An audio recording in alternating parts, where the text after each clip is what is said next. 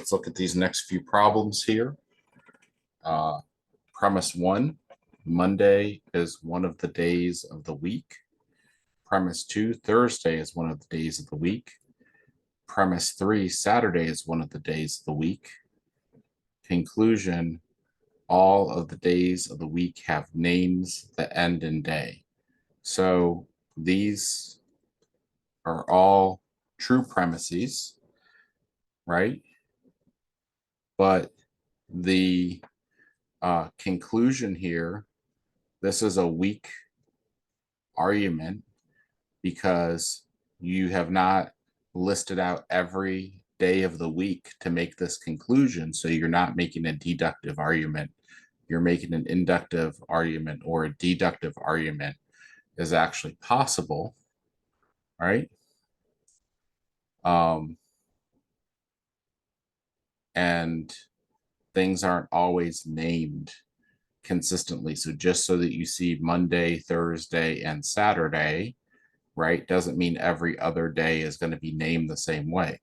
An example that I have here for this is you could pick specific examples about September, November, and December, right, that all end in ember, but that does not mean that every other month of the year is going to end in ember, right? Now, the conclusion is true, but the way that we got there was not so great of an argument. So you can get to the right answer in weird ways that aren't necessarily the best ways, right? But we had true premises and a true conclusion. We just didn't have a very good reasoning process to get there along the way. Calvin Coolidge was over 35 years old when he became president of the United States. Bill Clinton was over 35 years old when he became president of the United States. Ronald Reagan was over 35 when he became president of the United States. Conclusion, every United States politician is at least 35 years old. So all of these are true because I believe that's constitutionally required for anyone to serve as president or vice president.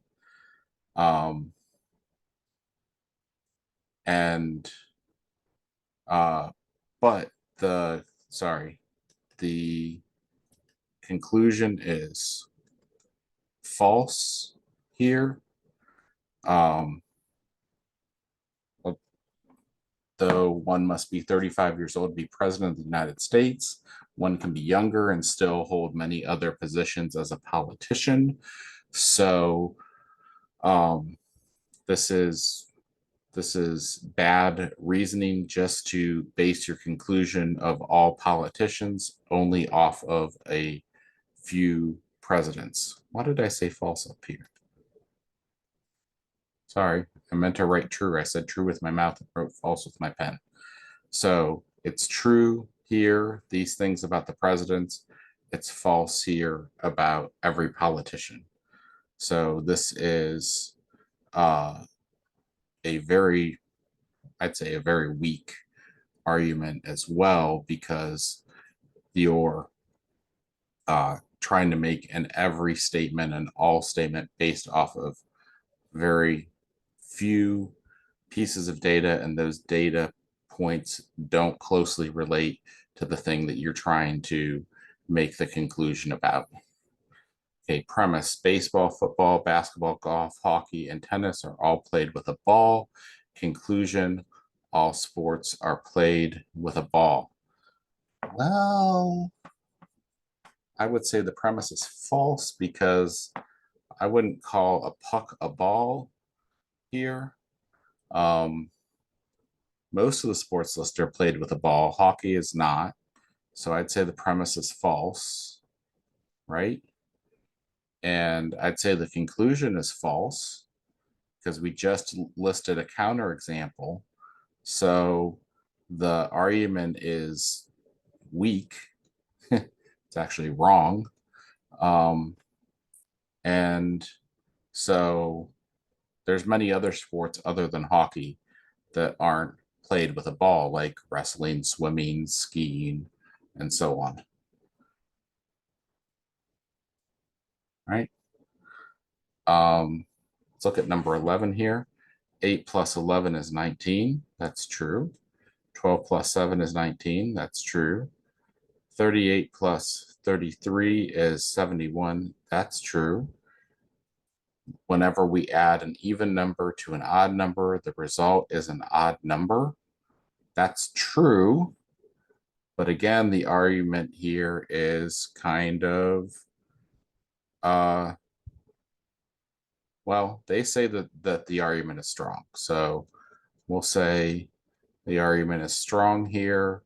It would become much stronger if I could generalize this statement in the form of something like, and when we get into discrete math, we would do this, but we have an even number and an odd number, and that we can factor the two out and replace this with, a different letter like P. And so this is always an odd number. So yes, it's something that I can prove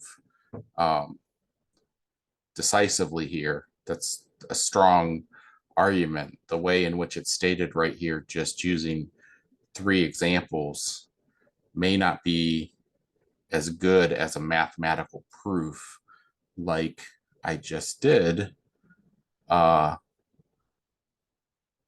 But there you go. They say that the book says that this is strong logic here. You may disagree with them. I'd say that this over here is a much stronger form of argument. So, premise, I got lower grades than my best friend in math, chemistry, and English. Conclusion, my friend is smarter than I am. Well, it's hard to give true or false here. There's no way to determine the truth because I don't know who this person is, right?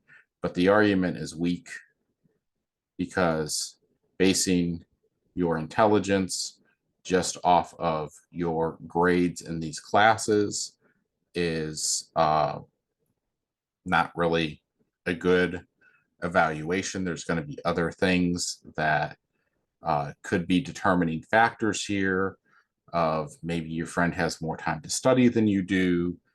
Maybe your friend cheats in the class. Maybe they just have higher grades in these classes, but you have higher grades in other classes. Also, there's many other types of intelligence other than book smarts.